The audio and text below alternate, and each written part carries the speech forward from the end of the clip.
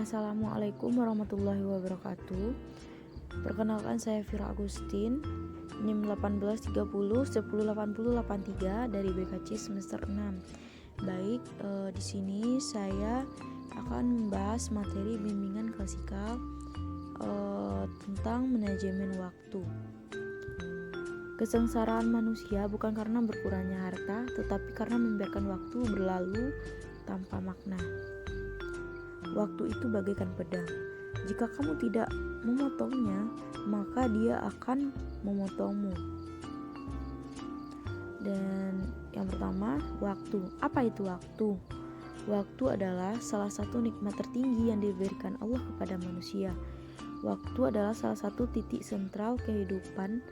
Seseorang menyia-nyiakan waktu, pada hakikatnya dia sedang mengurangi makna hidupnya. Di sini kita akan membahas karakteristik waktu. Waktu memiliki karakteristik khusus yang istimewa karena manusia wajib mempergunakannya semaksimal mungkin. Di antara karakteristik waktu adalah sebagai berikut.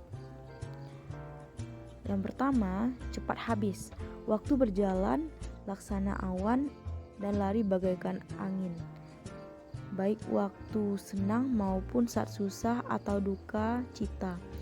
Apabila yang sedang dihayati itu hari gembira, maka lewatnya masa itu bisa terlalu cepat.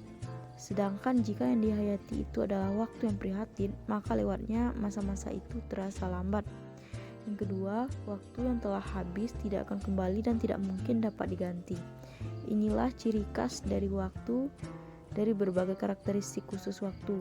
Setiap hari yang berlalu, setiap jam yang habis, dan setiap kejapan mata yang telah lewat tidak mungkin dapat dikembalikan lagi dan tidak mungkin dapat diganti. Yang ketiga, modal terbaik bagi manusia. Oleh karena waktu sangat cepat habis, sedangkan yang sudah lewat tidak akan kembali dan tidak dapat diganti dengan sesuatu pun, maka waktu merupakan modal terbaik, modal yang paling indah dan paling berharga bagi manusia. Keindahan waktu itu dapat diketahui melalui fakta bahwa waktu merupakan suatu wadah bagi setiap amal perbuatan dan segala produktivitas. Penggunaan dan pemanfaatan waktu sebaik-baiknya, seoptimal mungkin dengan melakukan perencanaan aktivitas secara terorganisir dan matang. Dalam teori manajemen, proses manajemen tidak terlepas dari istilah POC.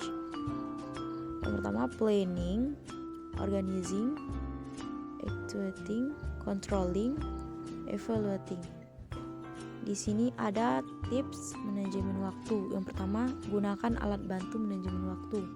Sudah banyak dijual alat-alat bantu manajemen waktu seperti agenda, to-do list, dan sebagainya.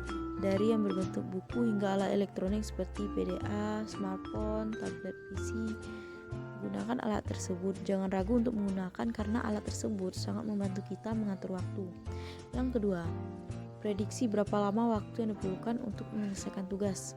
Ketika kita akan mengerjakan sesuatu atau ketika kita merencanakan sesuatu, kita harus mengetahui kira-kira seberapa lama waktu yang diperlukan sesuai dengan kemampuan kita dalam menyelesaikan tugas tersebut. Jangan membuat prediksi yang tidak sesuai dengan kemampuan kita, karena hal itu malah dapat menimbulkan masalah lain. Yang ketiga, mengetahui kapan waktu tugas akan diselesaikan. Menentukan waktu target dan proses pencapaian dalam suatu rencana. Seperti pada poin pertama, kita mengerjakan suatu prioritas, kita harus mengetahui kapan satu tugas harus diselesaikan dan mana tugas yang harus dikerjakan terlebih dahulu dan mana yang bisa ditunda. Sediakan waktu untuk menyusun kembali rencana di pagi hari dan disiplinlah sesuai rencana-rencana tersebut.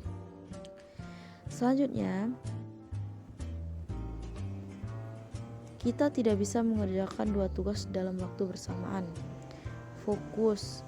Salah satu hal yang penting dalam manajemen waktu adalah fokus pada tugas.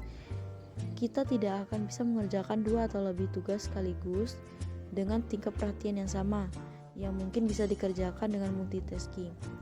Tetapi kita tetap mengerjakan satu hal pada satu waktu. Multitasking sebenarnya adalah suatu seni dalam melakukan delegasi wewenang dan tugas. Selanjutnya, hindari untuk terpaku pada waktu lama lama waktu yang telah kita rencanakan.